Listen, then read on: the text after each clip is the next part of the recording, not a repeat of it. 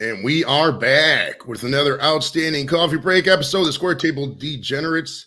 Today we are joined by Pop, shall I say legend, Tiffany. How are you today, ma'am? Hi, how are you? I'm doing good. I'm doing good. Yeah, you got me out of work a little early, so that works out perfect. That works out Well, perfect. good. See, that's great. It's I a dig it. I beautiful dig it. day where I'm at, and I'm in Nashville. Okay, I was just What in a beautiful Nashville. day here. I was just in Nashville about a month and a half ago. Nashville is crazy, man. I love Nashville. If you've never been to Nashville, you got to visit. It's kind of like the up and coming spot. The only new good music that's coming out of the States is coming out of Nashville. It really is. There's lots going on. Yeah, always. Yeah, first I got to start off. I've always wanted to know, why did you just go by Tiffany and not your whole name? Because I had two fathers. I had a stepdad and a real father, or both of them real fathers, however you want to say it. And I didn't want to make a choice. Really, my first name is Tiffany. My second name is Renee, Tiffany Renee, and that's what I was going by for many years because I started at 9.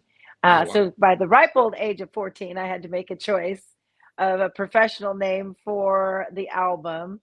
And Darwish is my maiden name, and that's just not sketchy. And Williams is my dad, my stepfather's name, who was actually instrumental in helping me in the industry and raising me at the time. But it just didn't feel right. So I was like, what about just Tiffany? And they went for it. So, whew.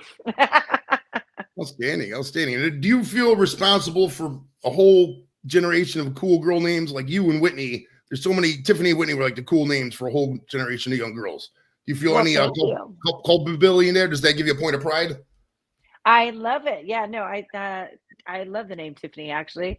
I wouldn't change it. I'm very happy with my name.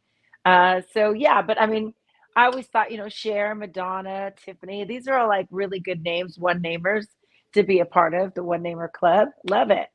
Heck yeah. Now, Freddie Mercury has a cat named Tiffany, and I'm sure you knew that. But first off, I got to ask you, did you ever meet Freddie Mercury before you? I didn't. I Oh, didn't get a chance. Oh my gosh, that would have been legendary. What I did do though is record at Rockfield, where he actually wrote Bohemian Rhapsody. The okay. piano that it was written on is right behind me when I'm doing most of my vocals on Pieces of Me and my new album Shadows. So that's like if the walls could talk. Rockfields is legendary. Google it, everybody. It's a studio out in Wales, and from everything from Paranoid, Ozzy Osbourne, Black Sabbath, to On and On. Bohemian Rhapsody was written there and recorded. So you do feel something there. It's not scary. You feel an energy there of, I don't know, I'm so inspired as soon as I walk on the property just to create. And it's very freeing. So that's where I record. So I have a little piece of Freddie with me, I think, everywhere. I do stay in the room that he actually stayed in. And again, nothing's changed. They've kept it old school. Other than some of the beds and the bedding and all of that, everything is the same as when they were there or in time. And it's an amazing place. That's awesome. Now, who do you like better? The Beatles? We always ask every guest. This is a running joke on the show. Who do you like better, the Beatles or Queen? You're gonna make me choose. I would have to say the Beatles.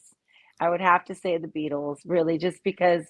I mean, that's a hard one. That's one It's of a the really hardest ones hard out one. there.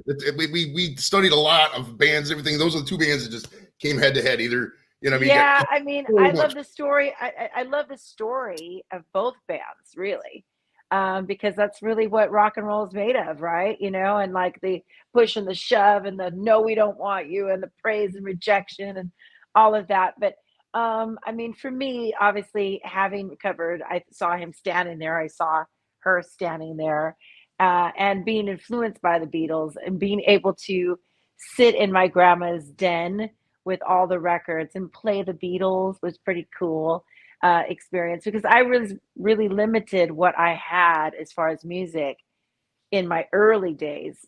I didn't obviously go and buy my own records. I was just a kid. So I Yeah, got to listen to Fats Domino, the Beatles. I got to listen to Jerry Lee Lewis, on and on and on. And to really think later on, some of these people I worked with, and I got to record some of their songs, hanging out with Ringo Starr. Very, very cool. Very, very, very cool. I always thought those are good days to be Tiffany. It's awesome. Heck yeah, man. That's a list of people I'd like to kick it with too. So this 1987 mall tour, how did you, I mean, did it first start out big crowds, or how did you deal with all those crowds when you were like so young? Well, I mean, to be honest with you, it just was something that just started to happen. The mall tour was, and saving my project really, because I was in clubs at the time and the songs were doing great, but I wasn't old enough to be there. So they didn't know, really, the label didn't know how to take that to the next level. For me, again, I started at 9 years old. So I was doing like country fairs and bigger crowds already, opened up for Mickey Gilley and Johnny Lee Lewis and Jerry Lee Lewis, sorry. And gosh, on and on and on and on and on. So big crowds, even when I was a no-namer. So the mall tour, it was really sad to have that problem when we had to move to the bigger venues, because there was something really so intimate about the mall tour that, I think other than my intimate evening shows that I do now, my acoustic stuff, that kind of vibe hasn't been the same. It's a nice problem to have. I'm not complaining. But, there was something really special about the mall tour. Now, I just randomly thought of this. Do you think you could do a revival mall tour again to get back some of the mall's business again? What do you think about that? If a group of malls, Well, say Westfield Property can be said, Tiffany, we need you for our malls. You got eight malls in 8 days. Let's do it. You it's really sad that you're bringing that up, because the malls of America have really taken a hit, with everything online shopping, and retail is just really not the same. I only know this really myself because I have two boutiques here in Nashville that I just recently shut down a couple years ago, even before the pandemic. But I learned all these things about shopping and what people are shopping from. So malls are not the same. They are scaling back. And yes, I know many people over the years try to do the mall tour again. Some were successful, some weren't. I just think it was one of those things that was so bizarre and special and unique and free, if you will, the right timing. Oh, such great timing. And Beautiful all the timing. people that, yeah, and all the people that stood by it. It needed all of those things to make it special to really happen. Heck yeah. Now your song, I Think We're Alone Now, which has been stuck in my head all day. I'm trying my best not to sing. I mean, I'm looking right at you. It's impossible to not sing it. But Thank you. how did you know that specific Tommy James and the Shondells song was going to be so, because both versions are excellent. I remember going back to the roller skating rink. Literally everybody in this chat is probably here because of roller skates. And they remember both of them versions. Both were bangers. What was about that particular song that just hit right at the perfect time? What do you think? Oh, well, I mean, the original was amazing because, again, it's Tommy James and the Shondells, Richie Cordell, who wrote the song. So I didn't know anything about it when I originally recorded it. I heard it one time and it was all, children behave, and I was like, what? This is not rock and roll, because I was doing stuff that was more like Sheryl Crow country with a rock twist, and it was going well, but I think my producer again didn't really quite know what to do with me. I was only 14. And even though I had the voice that sounded like a 30-year-old woman, and material was hard to find that was appropriate. So he brought that song to my attention, and I came back, and the next day it was all tricked out and a dance track, which really took me back because I wanted people to know that I could really sing. And I wasn't sure maybe doing like dance was the right way, but it all worked out. I mean, I love the song. I don't get tired of singing it. I'm glad that, he pushed me to do it. It made my friends happy. I mean, I took that track home, played it in my room, was learning it, and all of my friends that that lived in the apartment building, they kind of like, I always had my window open and people were skating. It was back when you used to ride your bike and, all that jazz. So, and people were coming to like my room and going, what is that? Because, they were used to me singing a little bit. My friends already knew that I was singing and wishing me well. And they were like, I like it. And I remember my girlfriend like dancing to it. And I was just captivated that already the song made people feel good. And that's the one thing I take from that. That song, I always know at the end of the night, because of course we do it in every show, that it's going to rock it. And that's going to be the highlight of the show. Hell yeah. Have you ever met Tommy James? I have many times. He's so nice. He's wonderful. Okay, Awesome nice. guy. Nice, good stuff. Now, real quick before we get into new stuff, all these reality shows, did you have any fun doing any of those? Was there any one that sticks out? Like, this is really fun, or was it just a job at that point? Oh, they've all been fun. I mean, they've all been so different. I love the cooking stuff, which led me to Let's Food with Tiffany, which is my cooking club now, and doing Tiff takeovers where I host the evening and prepare food, and we do a little acoustic music. So all of that kind of was prepped on the fun, reality cooking shows I did because they're pretty strenuous. I say fun, but you're having fun when you're done. But that's a lot of challenge. Of course, like some of the reality fitness stuff that I've done, I'm kind of a tomboy. So I like those kind of physical challenges or mental challenges. That's kind of what I'm always signing up for. I'm a Celebrity, Get Me Out of Here was my last one. And that one was a trip, I have to say. I mean, just from getting there on small planes, because I don't fly.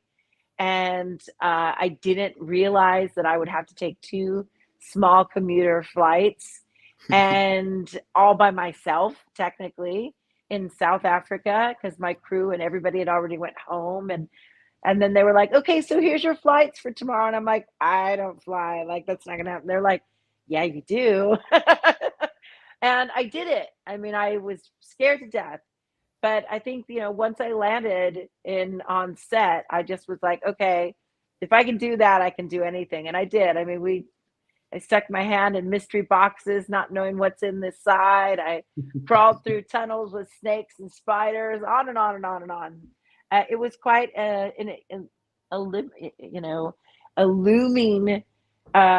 illuminating journey for me, I think, really, because I grew as a person. And that's kind of what I wanted to do it, actually. I thought it would be really fun to see what I got. That's awesome. Now, what keeps you doing music after all these years? Do you ever get sick of it, or you just really love doing music? And what brings you to the new album up now?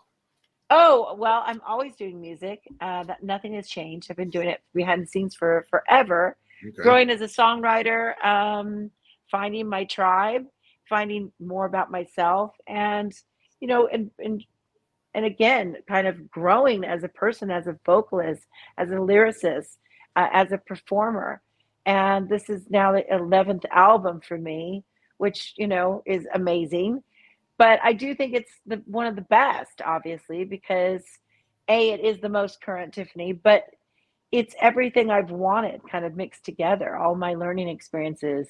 I think I'm singing the best I've ever been singing before, have sang before.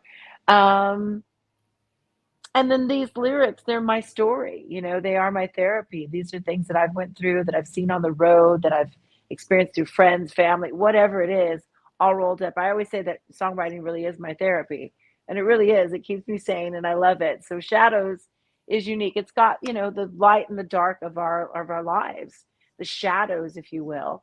So these beautiful ballads that really stretch me as a vocalist, and then some really punk pop fun tracks that have a little wink back to the 80s, but very modern rock production. Tell me about the new single, I Like the Rain. First off, do you like the rain? And secondly, what is this song really about? Well, I Like the Rain is about chaos, and it's about bad choices, whatever you perceive that to be, good, bad, or indifferent. Sometimes we make choices as we're growing that to other people kind of go, what? What are you doing? And as long as you don't stay there, it's a season of your life.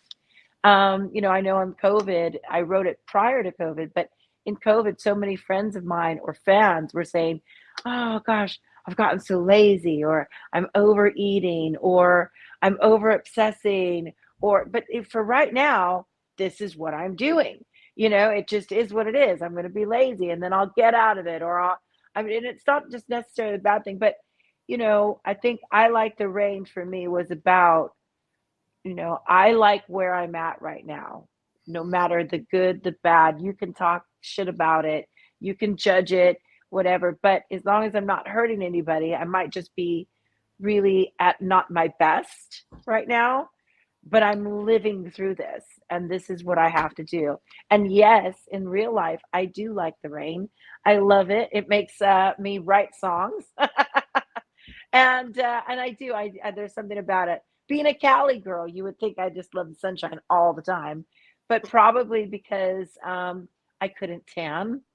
I was always under an umbrella somewhere at the beach and writing songs or singing to myself or doing amazing sandcastles. But for me, yes, I love the rain. It inspires me. I love the creative of it. Now is beautiful here in Tennessee today. But we're getting to that point where it's cold and it's winter, and I will be the most creative during this time period. I don't know why.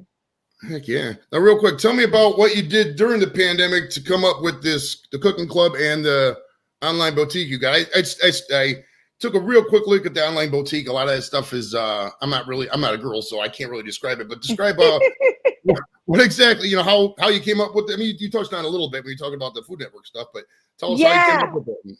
Oh, well, Let's Food with Tiffany was started really just because of sharing. We were all in lockdown, and I really wasn't great at live streaming music, wasn't prepared for it, and feeling so lonely and so cut off. I mean, my family's passed on, so I really it just hit me there.